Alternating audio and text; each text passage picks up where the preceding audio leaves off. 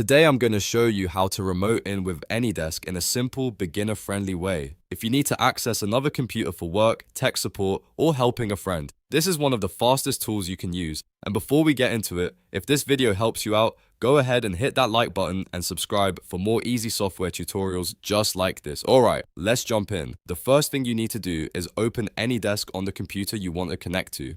This is the remote computer, and once the app is open, you'll see a unique 9-digit number under your address. Think of this like a phone number for that computer. This number is what you'll use to connect, so make sure the person on the other end reads it to you correctly. Now move over to the computer you're using to start the remote session. At the top of the AnyDesk window, you'll see a bar that says Enter Remote Address. This is where you type in the 9-digit AnyDesk ID from the other computer. Carefully enter the number, then press Enter to begin the connection request. Once you do that, AnyDesk will send a connection prompt to the remote computer.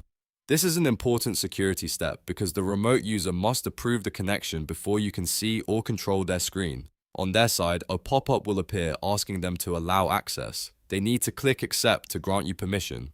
After they accept, the remote session will begin and you'll be connected to their computer. From there, you can start assisting, navigating files, opening programs, or doing whatever task you need to complete. Just remember, the connection will only stay active as long as the remote user allows it, which helps keep the process secure. If you're using AnyDesk for the first time, it's a good idea to double-check the ID before pressing Enter, since even one wrong digit will prevent the connection from going through. Also, make sure the person on the remote computer knows you're about to connect, so they can quickly approve the request. And that's really all there is to it.